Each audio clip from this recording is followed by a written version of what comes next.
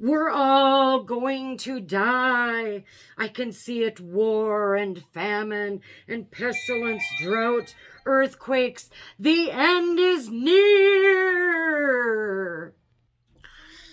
You don't need a crystal ball to show you that all of this was foretold. Just open the Bible, okay? The Holy Bible, to the book of Revelation, and read about what is to take place before the second coming of Christ. While we are watching natural and man-made disasters come to fruition, remember that it's not too late to prepare. And I'm going to give you some examples of what's been going on. So I'm sure that you guys heard about the Pfizer plant that was destroyed by a tornado in North Carolina. It made 150 medicines, including pain management and anesthetics for surgery. The national supply of drugs had already been strained. There were 300 active drug shortages as of the end of June. And so we don't know what the long-term impact of this is going to be, but that Pfizer plant was a big part of our medical supply distribution and creation. So we need to keep an eye on what's going to happen with that. There's been a lot of crops flooded out, especially over in New England. And then we have the extreme high heat in Texas, Arizona, Oklahoma, down south. China's also dealing with that. They have pigs, rabbits, and fish just dying left and right from the extreme heat.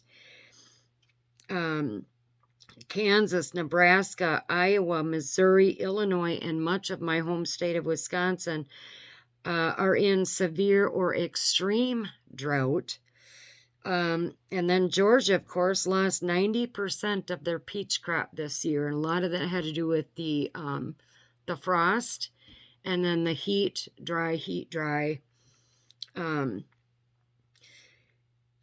So that's, that's some of the natural disasters that are going. And I've heard them say, well, it's because of climate change. No, the sun goes through these cycles, right? So you have your 11-year maximum, your 11-year minimum. Right now we're in our 11-year maximum. Granted, it might be coming a little bit early, but this is nothing new. We go through these cycles. Is it devastating? Absolutely it is. Is it going to affect an already majorly strained food supply chain? Absolutely. I'm not saying that it's not detrimental, especially to the farmers, right? This impacts them, I think, in a lot of ways more than anybody else, and my heart goes out to them. But it's a part of our earth cycle and the sun cycle. 3,000 reservists were called up to support operations in Europe. So currently, as of today, there are over 100,000 troops, U.S. troops in Europe. And then they have a rotation of 10,000 troops that go to Poland to help support and supply Ukraine.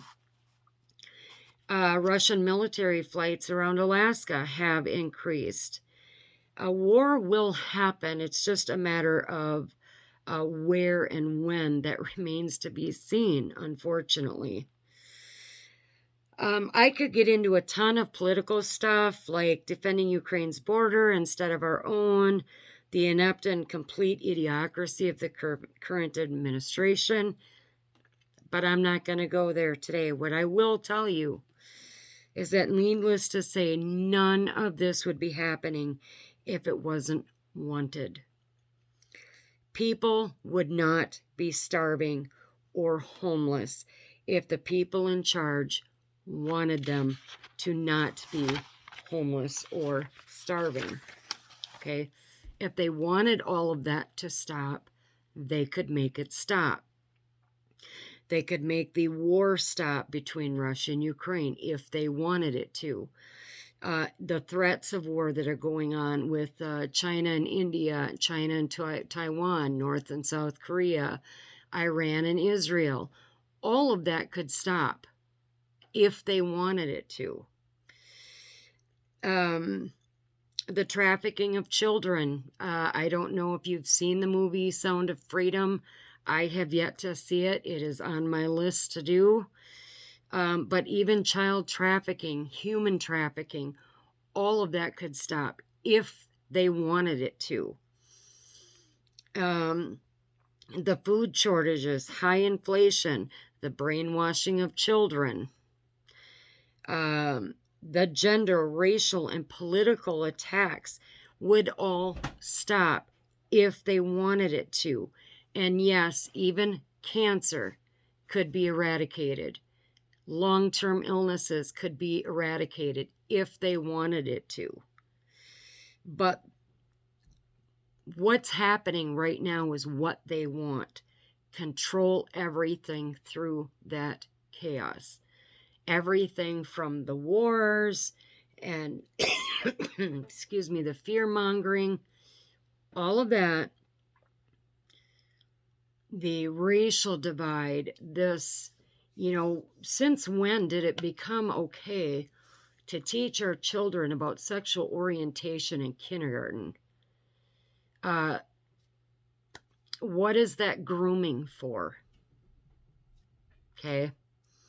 But this could all stop. It could all just stop if they wanted it to, but they don't want it to stop. They want to keep controlling through that fear and through that chaos. So as preppers, I want you to stay the course, okay? Our time's not up yet, okay? Again, read the Bible. Our time's not up yet. Get out of the cities if you have the means to do so. Get out of the cities. I know that in Minneapolis, I think it's Minneapolis, Minnesota, they want to actually triple their population. Well, why? Because the more people that are in the cities, the easier it is to control them. Okay? So if you have the means to get out of the cities, do it as quickly as you can. Continue stocking up on your food and your water and your alternative communications, your alternative heat sources. And yeah, winter's coming. Okay, we're coming up in the end of July. We have the month of August, and then it's September, October, November, right? That's only a few months away. And it could end up being the worst winter yet. The attack on the power grid is coming. And it's very possible that that attack is going to come from the inside. And I didn't really talk about it yet, but, there's been an abundance of train derailments. Oh, but nothing to see here, right? There's no pollutants. There's nothing going out into the air. The forest fires from Canada, and, my heart goes out to Canada as well.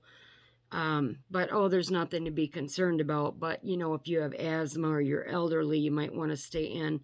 What other toxins are in that smoke?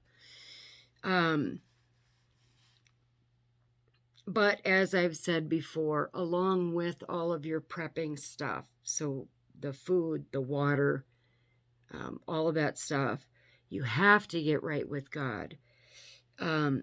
Read God's word and let it seep into your heart so that you don't live in fear, but rather in discernment, so that you will recognize the difference between the truth and the deceptions that keep coming at us on a daily basis. Our economy is not stable. Yeah, inflation might have gone down to 5%. It was at 1%. Okay, so understanding the things that are happening and how things are unfolding, you will be much better equipped to recognize and discern between the truth and the lies. Also, I just want to say thank you for your continued support. A big shout out to the new subscribers. Thank you. Thank you guys for being here. I don't do videos on a daily basis. I wish I had time to, but I don't. But I try to pull everything together to give you a substantive video rather than just these little, snag bites of current events, right? So thank you for staying with me. I do appreciate all of you. And as always, stay safe, stay aware, and God bless.